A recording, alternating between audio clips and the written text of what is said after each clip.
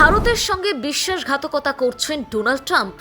এখন পাকিস্তানের সঙ্গে একেবারে গলায় গলায় ভাব হয়েছে ট্রাম্পের। এমনকি পাকিস্তানের সেনাপ্রধানকে ডেকে নিয়ে গিয়ে এক টেবিলে খাচ্ছেন আমেরিকার প্রেসিডেন্ট। কিন্তু পেছনের খেলাটা কি পাকিস্তান আগেও বুঝতে পারছে? এসবের পেছনে ডোনাল্ড ট্রাম্পের কোন স্বার্থ লুকিয়ে রয়েছে তা কি ঘুণাক্ষরেও টের পাচ্ছেন আসিম মুনির? কেন হোয়াইট হাউসে ডেকে মুনিরকে খাওয়ালেন ট্রাম্প? আর কেনই বা মোদির নাম নিয়ে বড় কথা বললেন তিনি?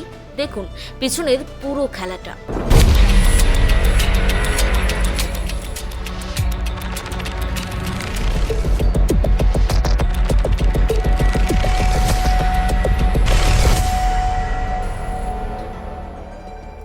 সম্প্রতি যুক্তরাষ্ট্রের হোয়াইট হাউসে এক ব্যতিক্রমী কূটনৈতিক দৃশ্যের সাক্ষী থাকল বিশ্ব।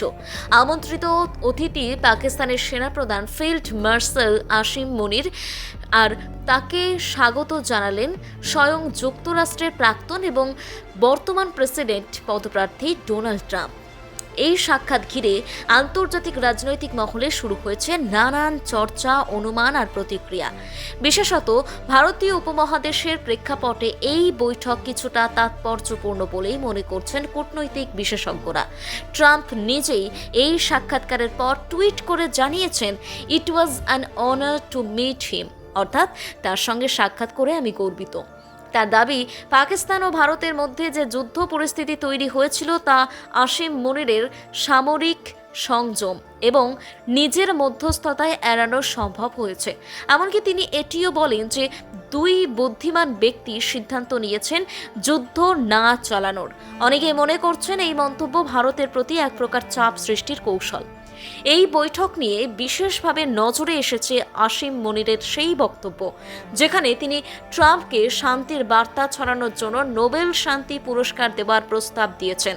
এর আগেই মুনির মন্তব্য করেছিলেন যে ট্রাম্পের নেতৃত্বে একটি গুরুত্বপূর্ণ পারমাণবিক যুদ্ধ এড়ানো সম্ভব হয়েছিল, যদিও আন্তর্জাতিক মহলে এর সত্যতা নিয়ে প্রশ্ন উঠেছে। ট্রাম্প এই বৈঠকে ইরান সম্পর্কেও মুখ খোলেন। তিনি বলেন, পাকিস্তান ইরানকে ভালোভাবে জানে এবং তাদের উদ্বেগ আমরা বুঝি। এটি থেকেই স্পষ্ট ওয়াশিংটনের কৌশলগত পরিকল্পনায় ইরান পাকিস্তান সম্পর্ক ও তাদের ভূ রাজনৈতিক অবস্থান নতুন করে প্রাধান্য পাচ্ছে। বিশেষ করে ইসরায়েল ও ইরানকে ঘিরে বর্তমান উত্তেজনার মাঝে পাকিস্তানের সেনাবাহিনীর অবস্থান গুরুত্বপূর্ণ হয়ে উঠেছে। এই বৈঠকের খবর প্রকাশ্যে আসতেই ভারতের রাজনৈতিক মহলে প্রতিক্রিয়া শুরু হয়।